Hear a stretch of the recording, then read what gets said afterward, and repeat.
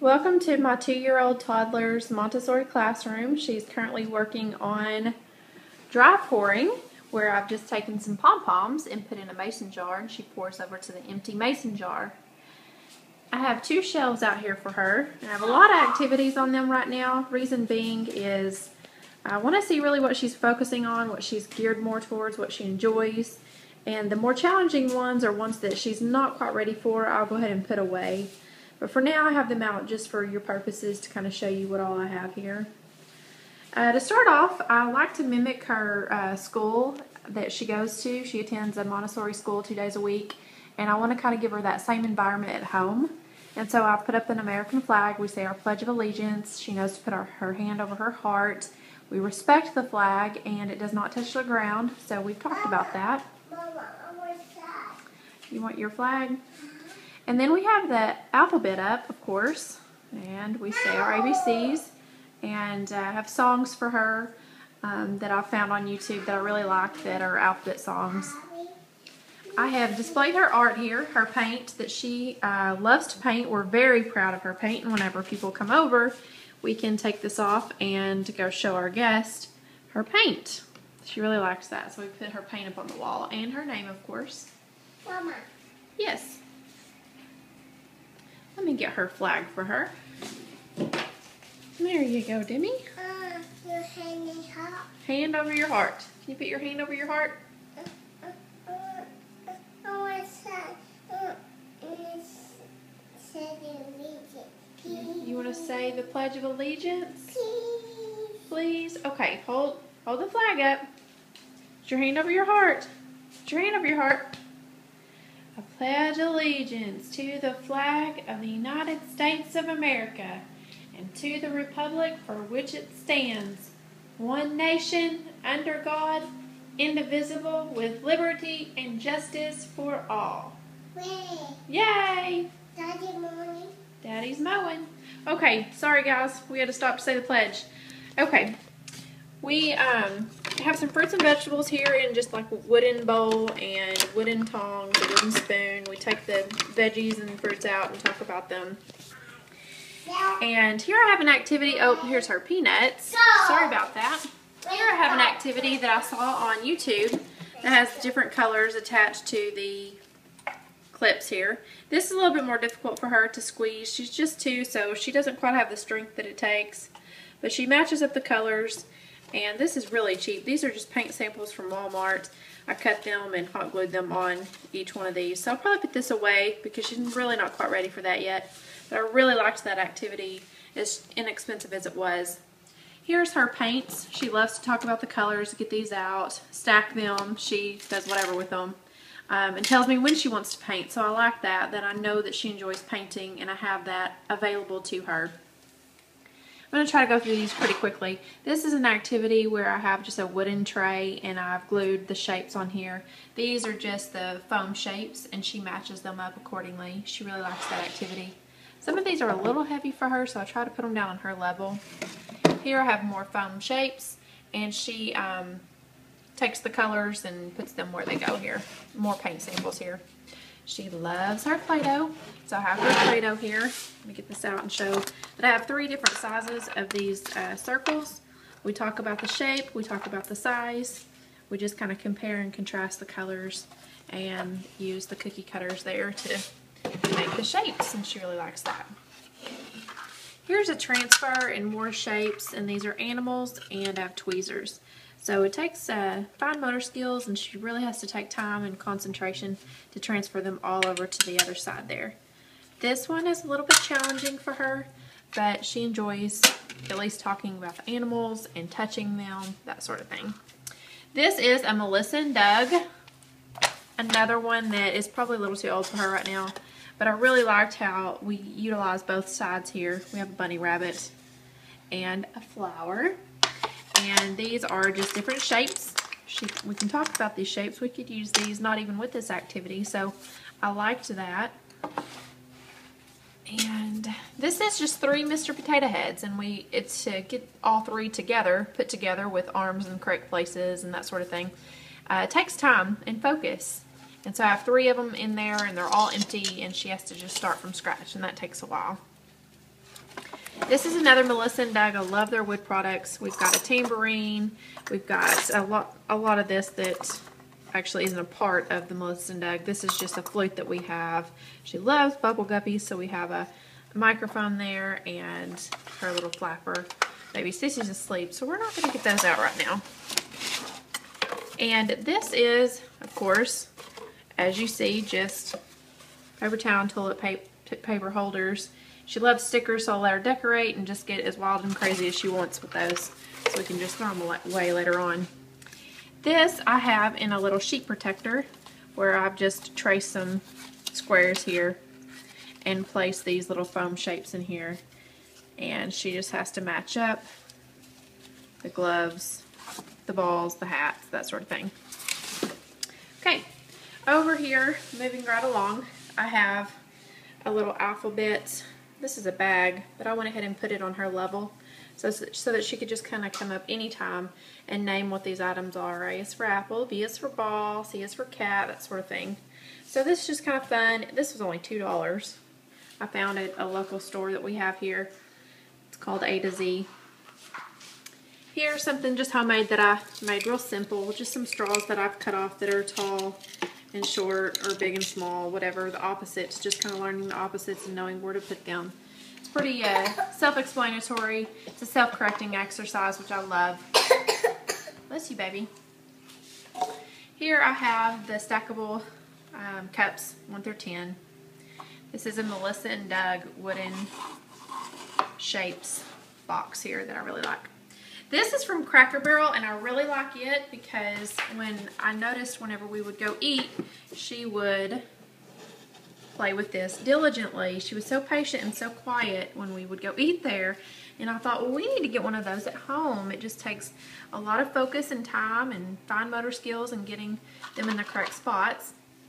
So we bought one of those from Cracker Barrel. This is also a Melissa & Doug shape. It's very colorful. She likes to grab it and work on her shapes. Very good. What is this? Yeah. Triangle. She knows what it is if I talk about it, but she can't necessarily say it yet. So that doesn't mean that she's too old for it. She knows where it goes. So this is her buttons. She organizes in just an ice cube tray. We put the orange with the orange. She matches up the colors. That's just a fun exercise. Very, very cheap, very inexpensive. Okay, over here I have, we transfer, I have a big and a small cup here, and so we put the bigger ball in the bigger cup, the smaller ball in the small cup, and so she has to focus on that and put those in the correct spots. This is another Melissa & Doug. This is where, this is just threading different shapes. She can get as creative as she wants there. This was another little cheap exercise where I do the pom-poms. Looks like we have a couple in the wrong spot, but I do the pink on one side, green on the other. Christmas time, you could do pink and red. You could just make it according to the seasons, whatever it is. But this is just a little measuring spoon where she scoops them up.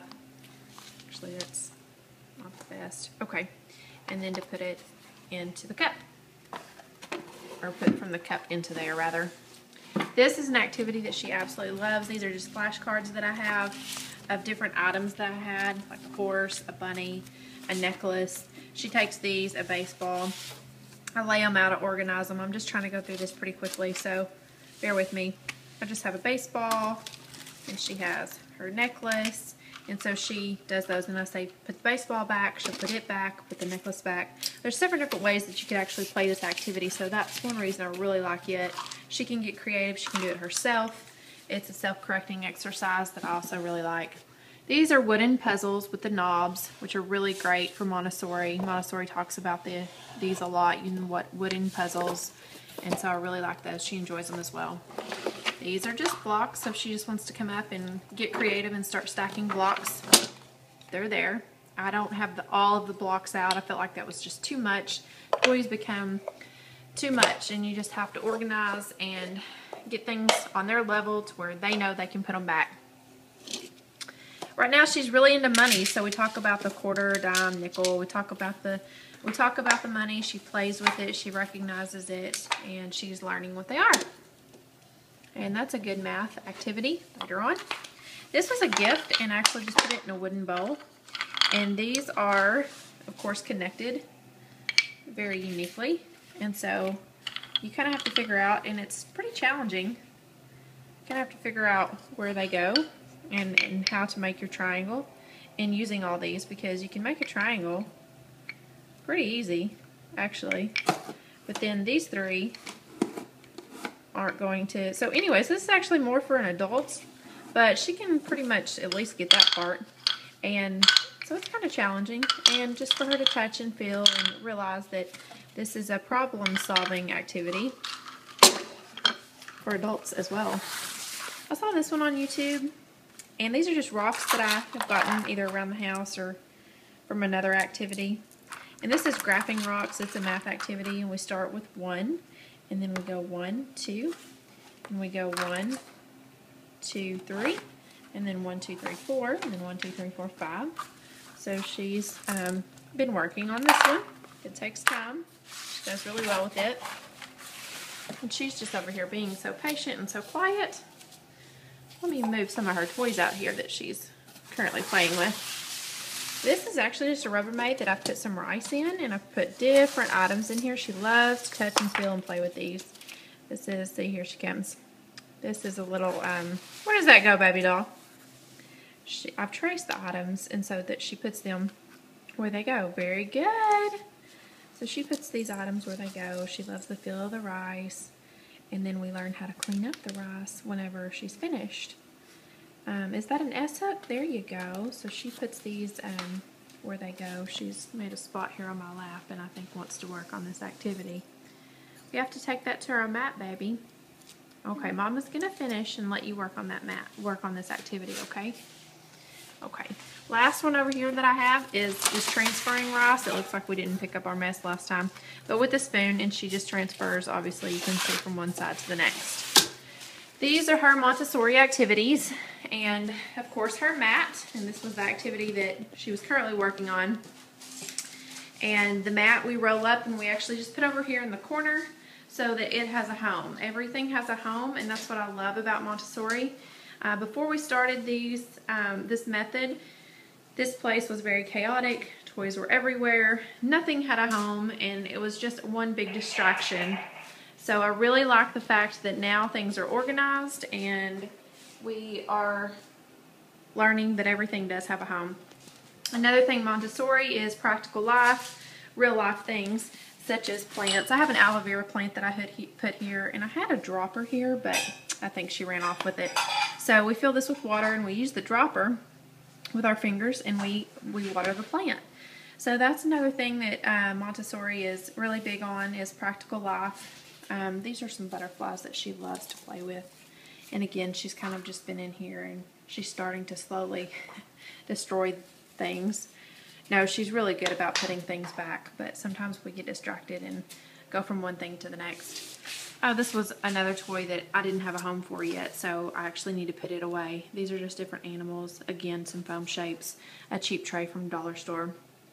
And of course, this is her kitchen. She comes over here and she play pretends of cooking, that sort of thing. We have some of her books, and we have more books in her room because we do a lot of reading in her room. So most of her reading and stuff is done in her room.